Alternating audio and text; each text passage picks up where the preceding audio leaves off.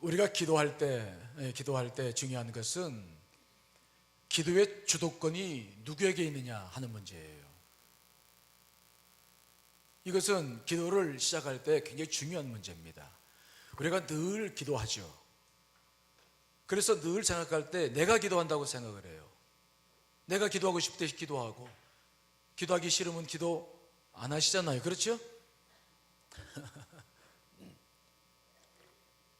그래서 기도를 할 때 우리는 늘 내가 기도한다, 기도의 주도권이 내한테 있다고 생각을 하는데 이건 큰 오해죠. 기도를 할 때 기도의 성패는 처음에 여기부터 달려 있어요. 기도 주도권이 정말 나에게 있느냐 아니면 하나님께 있느냐, 이 문제를 여러분들이 정확하게 고백하지 않으면 그 기도는 결과가 좋지 못해요. 그래서 이 기도를 시작할 때 오늘 이 시간에는 정확하게 그 문제를 분명하게 주 앞에 내려놓고 기도해야 돼요. 자, 오늘 본문의 말씀을 다시 한번 읽어보겠습니다. 읽습니다. 시작. 너희 안에서 행하시는 이는 하나님이시니 자기의 깊으신 뜻을 위하여 너희에게 소원을 두고 행하게 하신다. 지금 우리가 기도를 하고 뭔가를 하려고 하는, 뭔가 우리가 소원을 가지고 지금 뭔가를 하려고 하는 이 마음을 누가 먼저 주신다고 말씀하고 있습니까? 하나님이에요.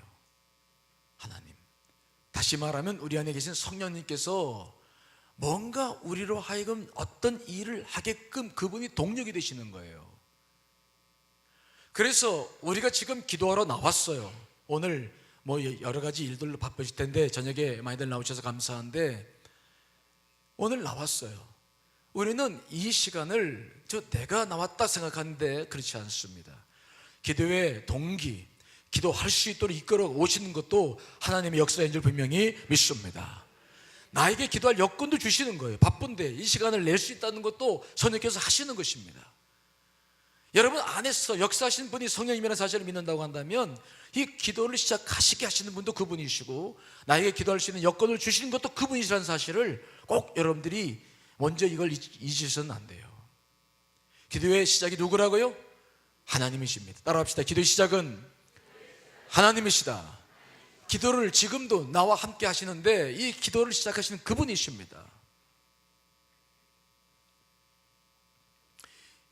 이 사실을 빨리 깨닫고 이 사실 앞에 순종한다면 이번 짧은 기간이지만은 이 기도 외에는 굉장히 능력 있는 기도가 될 거예요.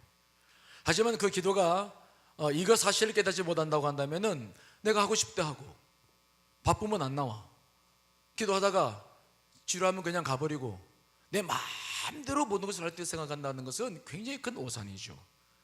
그래서 누구의 인격을 침해하고 누구의 인격을 훼손시키는 거냐면은 우리 안에 계신 성령님의 인격을 훼손시키는 일임을 여러분 바라보시길 간절히 축원합니다. 굉장히 중요한 문제를 우리가 놓치는 거예요. 그래서 이 기도는 내 마음대로 할 수 있다 생각하는 것을 접으셔야 돼요. 만일 우리 자녀들이 우리한테 와가지고 돈 좀 달라고 그러는데 돈을 달라고 그랬을 때에는 분명히 그 이유가 타당하고 그 내용이 있어야 되는데 자식들이 와가지고는 그런 거 별로 없이 아빠 돈 좀 줘요. 우리 예인이가 그렇다는 얘기 아니에요. 우리 애들은 그렇지 않은데 돈 달라고 그러면은 왜 돈이 필요하냐 물어볼 거 아니겠습니까? 그러면 묻지 말고 그냥 줘요. 그리고 화를 내고 막 그러면은 부모들 입장에서 그 봤을 때 이 적반하장 이게 도대체 무슨 일인가 이게. 우리는 굉장히 인격이 상합니다.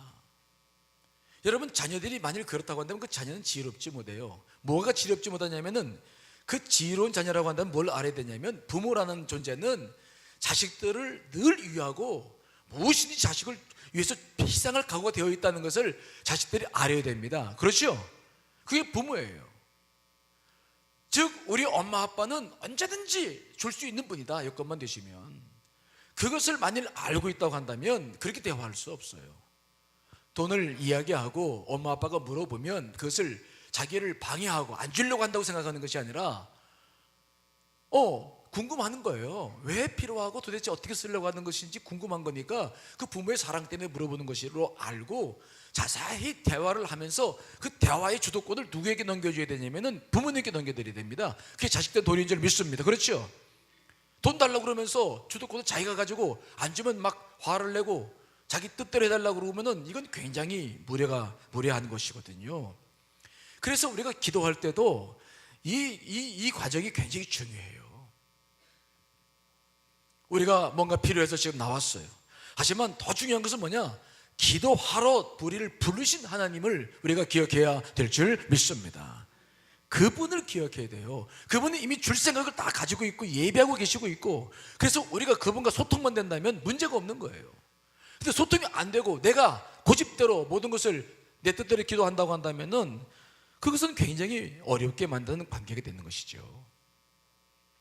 그래서 오늘 이번 한 주간 동안 기도할 때 여러분들에게 있어서 중요한 것이 있는데, 기도의 주도권을 누구에게 드리자고요? 따라합시다. 기도의 주도권을 하나님께 드리자. 이것이 굉장히 오늘 기도할 주제예요. 드려야 돼요. 드려야 된다. 그러면 이 기도의 주도권을 드리기 위해서는 우리가 어떻게 해야 되느냐? 오늘 두 가지를 말씀드릴 텐데 편안한 마음으로 들으세요. 첫째는 지금 여기에 나와가지고 막 기도를 응답받고 문제를 해결하고 어떻게든지 기도를 열심히 해보고 뭔가 경험을 해보고 지난 다니엘처럼 막 영적인 막 큰 것을 한번 경험해보고 뭐 그러려고 하는 그런 의도, 목적 이런 것 자체를 여러분 편안하게 내려놓으시길 간절히 축원합니다. 여러분 이게 굉장히 중요해요. 모든 은혜는 우리가 주관하는 겁니까? 성령님께서 주관하시는 겁니까? 성령님이세요. 절대로 내가 아닙니다. 내가 의욕을 가지고 막 시작했다 그래도 이게 안 돼요. 그래서 우리는 오늘 이 기도라고 하는 게 대화 아닙니까? 대화. 그렇죠? 주님과 대화를 한다고 하면서 막 마음에 부담을 가지고 와가지고 지금 와 있으면 어떻게 됩니까? 연인끼리 대화하는데 막 부담 가지고 대화합니까? 그렇지 않아요. 기도는 대화라고 그랬으면은 성령님과 나는 오늘 대화한다. 하나님과 나는 즐거운 시간을 가질 거야. 아셨죠? 기도란 짐이 아니에요. 막 뭐를 막 이게 하나님 팔 오른팔 꺾어가지고 막 뺏고 그런 거 아니에요. 그런 기도가 필요할 때가 있는데 우리가 일반적으로 기도에 대한 이미지는 그게 아니에요. 기도는 주님과 뭐 하는 겁니까? 대화하는 거예요. 마음이 소통되고 내 어려운 점을 나누고 그리고 그분의 음성도 듣고 나도 이야기를 하고, 그래서 이렇게 즐거운 대화가 되도록 이것을 여러분들이 먼저 마음의 문을 확 열어야 됩니다. 아셨죠? 내려놓으세요. 이번 한 주간 동안 어떤 응답이 있을까? 뭐 어떤 일이 벌어질까? 그거 우리가 주관할 수 있는 게 아니에요. 주시는 대로 난 받겠습니다. 아셨죠? 따라합시다. 주시는 대로 받겠습니다. 주시는 대로 난 기도하겠습니다. 주님의 기도를 따라서 그분의 주도권을 인정하고 그분과 함께 나가겠다는 것을 먼저 마음에 편안하게 마음을 먹으세요. 여러분 안에 성령님께서 분명히 역사해 주실 줄 믿습니다. 그것이 굉장히 우리 가운데 중요한 문제예요. 두 번째로는 우리가 내 기도의 주도권을 주 앞에 드린다고 하는 것은 무슨 말을 하냐면은 기도를 하는데 주의 영이 기도를 이끌어간다는 의미예요. 무슨 말씀인지 이해되시죠? 그러니까 내 의지가 내가 기도할 제목을 가지고 있으니까 부르짖겠다라는 그런 의미가 아니라 주도권을 주 앞에 드린다는 것은 뭐냐면 그 성령께서 내 안에 역사하셔서 이 기도를 이끌어 가신다, 그런 의미가 있는 겁니다. 이해되시죠? 주의 영이, 기도의 영이 나를 이끌어가는 기도, 그게 이제 굉장히 중요한 기도죠. 이번에 우리가 기도할 때. 자, 그러기 위해서는 제일 중요한 게 하나가 있는데 따라합시다. 회개하라. 회개해야 돼요. 이 회개라고 하는 것은 늘 회개하라 그러니까 적당히 할 수 있는데 그렇지 않아요. 오늘은 회개를 깊은 마음으로 해야 돼요. 제가 지난 주 금요일 약속의 땅에서 말씀 준비하고 있는데 어떤 권사님이 전화가 막 왔어요. 급하게. 그래서 못 받다가 말씀 준비하면 못 받다가 나중에 보니까 전화가 와 있어서 전화를 했더니 목사님 큰일 났습니다. 왜냐 했더니 자기 사기가 정기 검진을 했는데 폐에서 뭐 희끄무리한 게 나타나가지고 정밀 검사를 받으라고 한다고. 내일 큰일 났다고. 목사님 오늘 그 사위 내려오라고 할 테니까 여기 안 사는데 목사님 기도 좀 해달라고. 막 그냥 정신이 없어요. 막 없어요. 막 정신이 없어. 그래서 제가 그렇게 하겠노라고. 그래가지고 이제 차례 전에 그 집에 이제 들렸죠. 들렸더니 사위가 앉아 있고 아내가 막 이제 딸이 막 눈물을 흘리고 있고 막 그래요. 근데 사위는 별로 신앙이 없어. 그래가지고 괜히 자기가 괜찮은데 장모님이 막 일을 크게 만들어서 목사님께서 오시겠다고 막 그런 투정이야, 그런 표정이야. 근데 딸은 막 울고 있고. 저는 그때 그 딸의 눈물을 보면서 그때 내 안에 탁 들어오는 게 있었어요. 뭐가 들어왔냐면 주님의 눈물이었어요. 주님의 눈물. 여러분, 그 남편이 암에 걸렸다는 사실이 얼마나 가슴 철렁한 일입니까? 그러니 얼마나 정말 가슴이 아픕니까? 아직 확인되지 않았지만 막 눈물을 흘리는 거예요. 그 눈물을 딱 보는 순간 저는 주님의 마음이 확 느껴졌어요. 우리가 죄를 질 때마다, 우리가 십자가의 보혈을 구원받았는데 내가 주님의 뜻대로 살지 못할 때마다 저렇게 그분께서 또 애를 태우시며 눈물을 흘리시는 건 아닌가. 다행히 기도를 받고 이제 그 다음날 토요일날 검진을 받았는데 그게 없어졌대. 그냥 그게 그 흔적이 없어졌대. 믿으신 분들만 아멘하세요. 그래. 이제 기도받고 이제 그런 일이 종종 있잖아요. 교회에서도 하나님의 역사가 일어나죠. 그래서 이 문제가 해결됐어요, 그 집이. 그런데 아무튼 저는 그 눈물을 흘리는 그 아내의 눈물을 통해서 주님의 마음이 막 느껴졌어요. 내가 죄를 지면서 살 때마다 안타깝게 보시는 주님의 눈물이 저러지 않을까. 우리가 그리스도의 신부 아닙니까? 저는 그래서 오늘 이 기도회를 준비하면서 그 마음을 다시 한번 느껴보았어요. 여러분, 내가 죄를 짓는 것은 나의 문제만이 아니라 우리 아버지의 눈물을 흘리시게 하신다는 것을 잊지 않으시길 간절히 축원합니다. 왜 특별히 그러냐면은 내가 죄를 지면은 하나님이 나를 교통할 수가 없어요. 하나님의 사랑이 없어서가 아니라 그분이 어찌할 수가 없어요. 자, 시편 66편 18절 말씀 있습니다. 시작. 내가 66편 18절 오늘 처음이라서 그렇죠. 자, 읽습니다. 시작. 내가 나의 마음에 죄악을 품었다라면 주께서 들을 수가 없어요. 들을 수가 없는 거예요. 그래서 우리는 이 죄의 문제들을 깊이 회개하면서 성령께서 나를 이끌어갈 수 있는 기회를 드려야 되는 거예요. 꼭 죄를 회개해야 된다 뭐 그런 의미가 아니라 내 속이 풀어져서 내 영이 풀어지고 죄의 영이 나를 끌어가시려면은 죄의 문제가 해결되어야 될 줄 믿습니다. 이것들이 되지 않으면은 죄의 영이 나를 이끌어가지를 못해요. 기도의 주도권이 이게 그분께서 가져가지를 못해요. 그분께서. 그래서 이게 굉장히 중요한 문제거든요. 회개에는 세 가지 단계가 있어요. 첫째는 우리가 지난 1년 동안 아니면 살아오면서 지금도 마음에 풀리지 않는 것들이 있을 때에는 우리는 양심의 가책이라는 게 있어요. 양심은 제가 지난번에도 말씀을 드렸죠. 양심은 영의 기능 가운데 하나죠. 그건 영적인 기관이에요. 우리의 생각과 의지나 감정은 우리의 혼이고, 양심은 하나님 형상대로 지음받은 우리에게 나타나는 독특한 현상인데 그건 우리 인간들에게만 있는 거예요. 하나님이 있는 자리죠. 그건 영적인 기관이라서 양심의 가책이 팍 느껴질 때가 있거든요. 그래서 우리가 회개하라고 그러면 억지로 회개하려면 힘들어지고 뒤에 삶을 쭉 좀 돌아보는 기간을 이제 갖게 될 텐데, 가지게 되면은 그때마다 양심의 영적 감정이 확 느껴질 때가 있어요. 그때는 제일 먼저 해야 할 일은 뭐냐면 그냥 인정하면 됩니다. 따라합시다. 죄를 인정해라. 그냥 인정하는 거예요.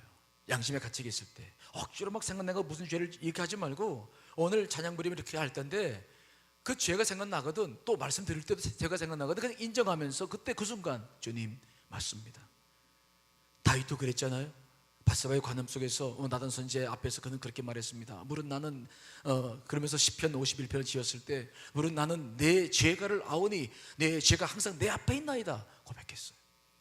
그냥 죄인이라고 고백하는 거예요. 그들을 인정하는 거예요. 이게 첫 번째예요. 억지로 생각하려고 하지 말고, 이렇게 성령께서 내게 오늘 기도를 하려고 왔기 때문에 이렇게 딱 들어오는 것들이 있을 거예요. 그러면 오늘 이 시간 회개에 대한 이야기 들을 때 여러분 안에 딱 들어오는 소식이 있으면, 사실이 있으면 그냥 그걸 생각하려고 하지 말고, 그것을 또 너 누구 잘못 이러지 말고 그냥 인정하라. 인정. 따라합시다. 죄를 인정해라. 맞습니다. 제 겁니다.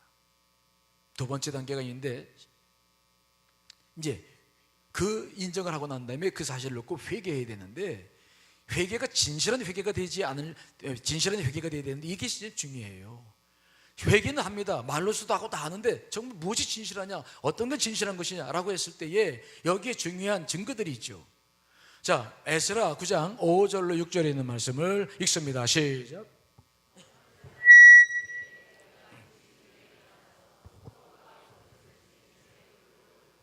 나의 하나님 여호와를 향하여 손을 들고 말하기를, 나의 하나님이여, 내가 부끄럽고 낯이 뜨거워서 감히 나의 하나님을 향하여 얼굴을 들지 못하오니, 이는 우리 죄악이 많아 정수리에 넘치고 우리 허물이 커서 하늘에 미침이니이다. 진실로 회개했을 때는 어떤 일이 벌어지냐면 정서적인 반응이 일어납니다. 오늘도 보니까 낯이 뜨거워서 막 감히 어떻게 얼굴을 들지 못하겠다, 정서의 반응이 나와요. 이해되십니까? 정서 반응이라고 하는 두 가지인데, 첫째는 너무 죄송스러워서 어찌할 바를 모르는 그러한 양심의 가책이 막 느껴지는 것이 있고, 두 번째는 그래서 슬퍼지고, 두 번째는 눈물이 나와요. 눈물. 지난번 다니엘 기도 때에도 눈물에 대해서 말씀을 제가 드렸는데, 눈물은 굉장히 중요한 의미가 있어요. 눈물은, 여러분, 눈물 자체가 무슨 뭐 힘이, 무슨 능력이 있어서 중요하다 그런 거 아니에요. 눈물은 그냥 물방울이에요. 그 자체는 그냥 뭐 능력이 없습니다. 그런데 눈물에는 우리의 중심이 있어요. 중심. 그래서 우리가 어떤 때 눈물이 흐르냐면은, 내가 나를 만났을 때, 내가 나의 진실, 내가 나라는 존재가 어떤 것인가를 탁 만났을 때가 눈물이 나오는 시점이에요. 그래서 그 눈물은 하나님께서 계수하신다고 그랬어요. 자, 다시 한번 말씀 읽어볼까요? 시편 56편 8절 읽습니다. 시작.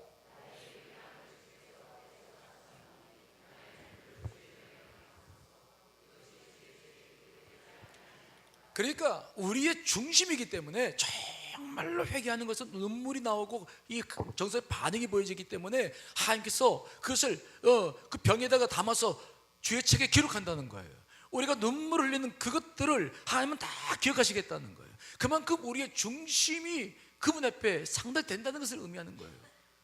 그런데 회개한다고 하면서 정서 반응이 없다, 그것은 그냥 기도받기 위해서 회개하지 않으면 하나님께서 기도를 듣지 않는다더라 해야지, 그러니까 그냥 하는 건데, 그런 기도는, 그런 회개는 큰 의미가 없어요. 중심이 움직여지시기를 간절히 축원합니다. 눈물과 감정이 막 일어나는 그런 회개가 아주 중요해요. 이거 억지로 안 되는 거예요. 그런데 중요한 것은, 자, 여기서 중요합니다. 억지로 안 돼요. 그럼 어떻게 하느냐? 오늘 이 시간이 짧아서 제가 40분부터 여러분 기도를 시켜야 되기 때문에 설교 시간이 짧죠. 자, 잘 들으셔야 돼요.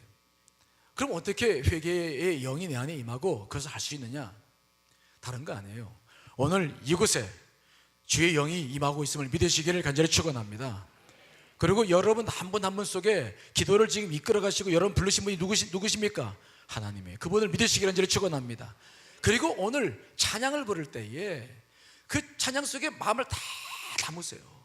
가사 하나하나를 그대로 고백하시고 마음을 그대로 올려드리세요. 그러면 내가 회개하는 것이 아니라 주의 영이 여러분을 이끌어가게 될 줄 믿습니다. 주의 영이 여러분의 심령을 끌어가요. 그때 나도 몰랐던 회개들이, 나도 몰랐던 것들이 생각나면서 그때마다 찬양하면서 회개하고 인정하고 회개하고 그러면서 그 시간을 보낼 때에 여러분들의 회개는 충분히 이루어지게 될 줄 믿습니다. 그 시간 자체가 나를 포기하고 주 앞에 주도권을 내어드리는 시간이에요. 이것이 굉장히 중요한 원리예요. 그렇게 우리가 회개를 하다 보면은 이제 어떤 일이 벌어집니까? 여러분 회개하면은 여러분의 죄가 어떻게 된다고요? 자, 이사야 43장 25절 읽습니다. 시작. 나는 나를 위하여 내 허물을 도말하는 자니 내 죄를 기억하지 아니하리라 그랬어요. 이 사실을 믿으시기를 저는 축원합니다. 죄 사함이라고 하는 것은 굉장히 중요한 원리인데 이것이 있어야 담대함으로 나갈 수 있기 때문에 그래요. 오늘은 우리가 회개에 집중하겠지만 내일부터 우리가 기도해 나가면서 담대함이 있어야 됩니다. 이것은 죄 사함의 은혜가 없이는 안 되는 거예요. 그래서 여러분들이 제 세 번째 단계는 뭐냐? 여러분, 죄를 회개했으면 십자가의 보혈로 그 모든 죄가 씻겨졌음을 믿으시기를 간절히 축원합니다.